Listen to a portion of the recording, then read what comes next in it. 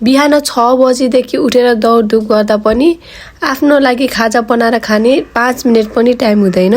बाबुलाई चाहिँ रेडी बनाएर राख्यो भने चाहिँ उसको हजुरआमा लिन आउनुहुन्छ स्कुलसम्म पुर्याउनको लागि। आज चाहिँ म खाजाको साट्टा चाहिँ सुत्केरी मसला बनाएर खाँदैछु। सुत्केरी अवस्थामा सुत्केरी मसला खान एकदमै धेरै जरुरत छ।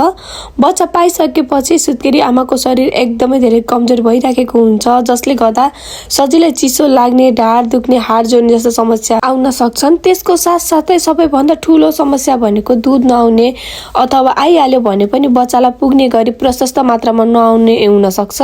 त्यसको लागि राम्रो घरेलु औषधि उपचार भनेको सुत्केरी मसला र गुदको लड्डु हुन सक्छ। यसमा चाहिँ प्रचुर मात्रामा चाहिँ भिटामिन डी अनि क्याल्सियम पाउन सकिन्छ। यो चाहिँ सुत्केरीले मात्र नभएर चिसोको बिरामी, बुढापाका अनि आफ्नो शरीर कमजोर फिल गर्ने जो कोहीले खान मिल्छ। मैले चाहिँ सुत्केरी मसला खान सुत्केरी भएको 22 दिनबाट स्टार्ट गरेको थिएँ।